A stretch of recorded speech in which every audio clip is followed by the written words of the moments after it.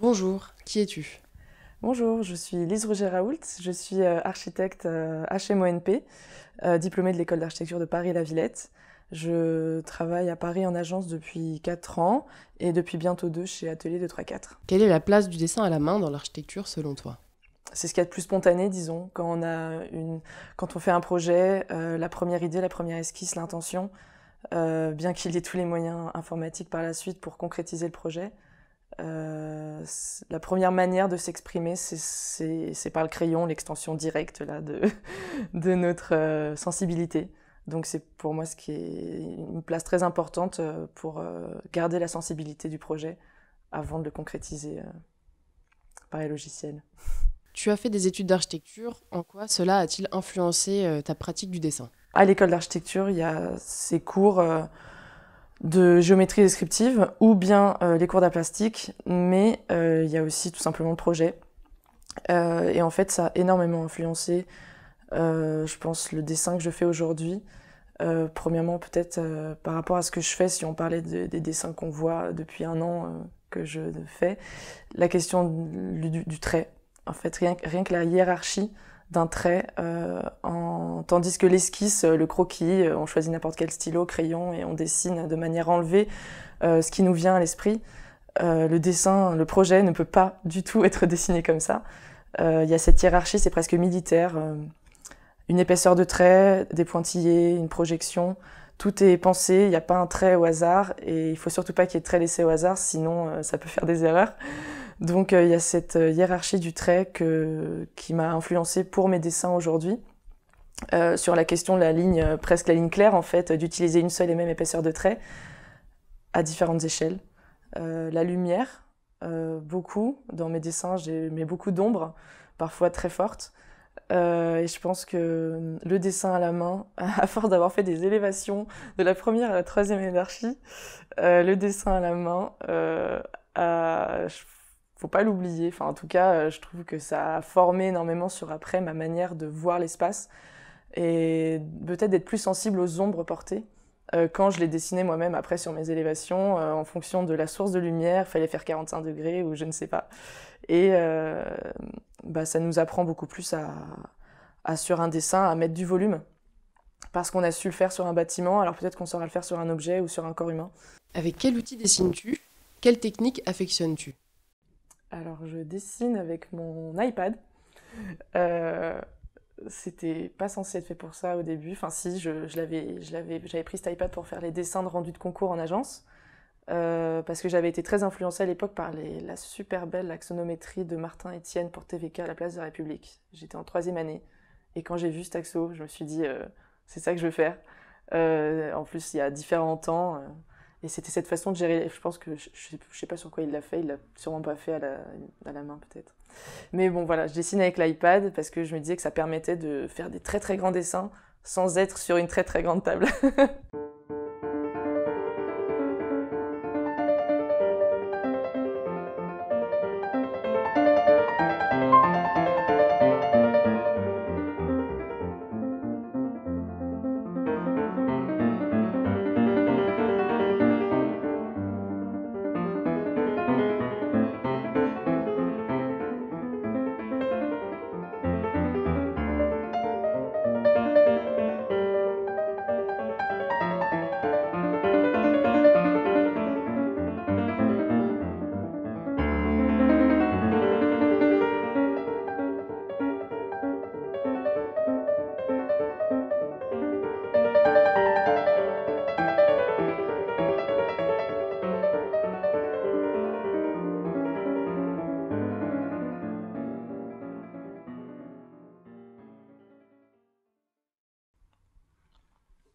Quelles sont tes influences graphiques? Les grands dessinateurs ou architectes qui t'ont influencé? Je sais pas, Winsor McCay par exemple, je me souviens quand j'étais toute petite, il y avait Little Nemo. Et sinon, je pense que j'ai été plus influencée, mais j'étais pas une grande lectrice de romans graphiques ni de BD.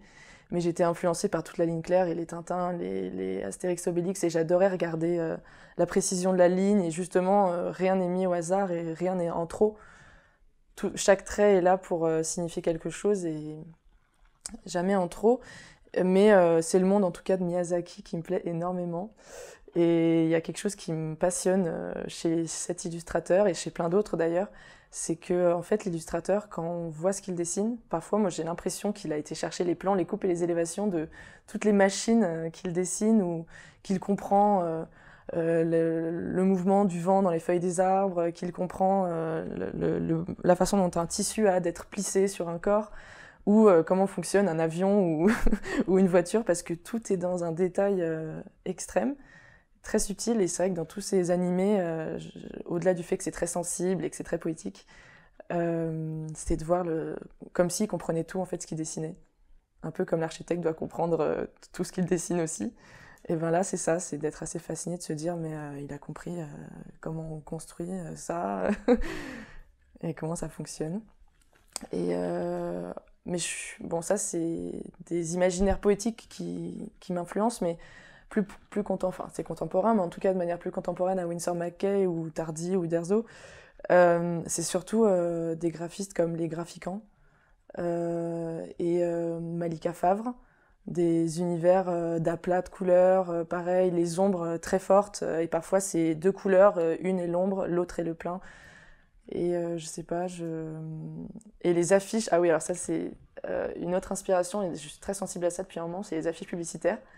Et des années 30, 50, les affiches Air France par exemple, à l'époque, c'est pareil, c'est des façons de communiquer en fait qui m'intéressent toujours, c'est comment communiquer le plus avec le moins.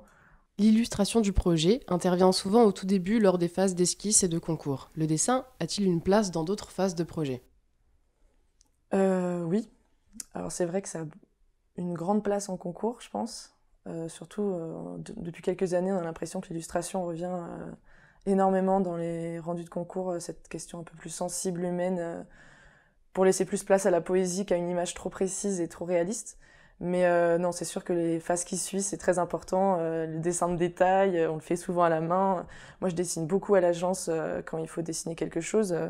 Autant je le réalise sur les logiciels, mais je le pense à la main et je le calcule à la main, je le mesure à la main, disons.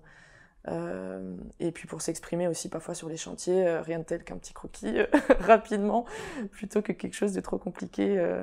Au moins le dessin c'est universel et ça parle à tout le monde, je pense. Qu'importe le métier et la place qu'on a dans ce métier.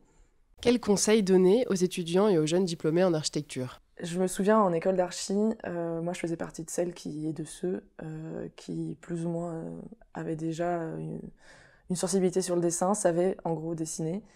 Et puis il y avait ceux qui disaient moi je voulais pas faire archi parce que je savais pas dessiner. Et ça je trouve que c'était hyper dommage parce que j'ai vu des amis en première année qui oui ne savaient vraiment pas faire un trait, mais qui en se forçant, en dessinant et en comprenant en fait juste l'espace, ben parfois ils faisaient même mieux que quelqu'un d'autre qui sait dessiner une perspective et ils savaient mieux représenter en axonométrie. Ou il faut vraiment le faire ce dessin à la main et le dessin c'est comme tout, ça s'apprend. Et en dessinant longtemps, plusieurs fois, en répétant les dessins, on finit par y arriver.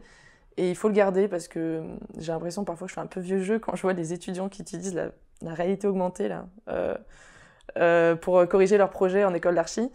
Et quand je leur dis, mais du coup, tu dessines en calque avant, tu fais comme ça ton projet, ils me font, ah non, bah, tout sur Revit. Et moi, c'est vrai que je comprends pas. Je fais tout sur calque au moins. Et puis, c'est beaucoup plus agréable de dessiner avec les amis à la main un projet que sur des ordis chacun de son côté. Donc non, persévérer, continuer de dessiner à la main, il faut garder ce truc-là.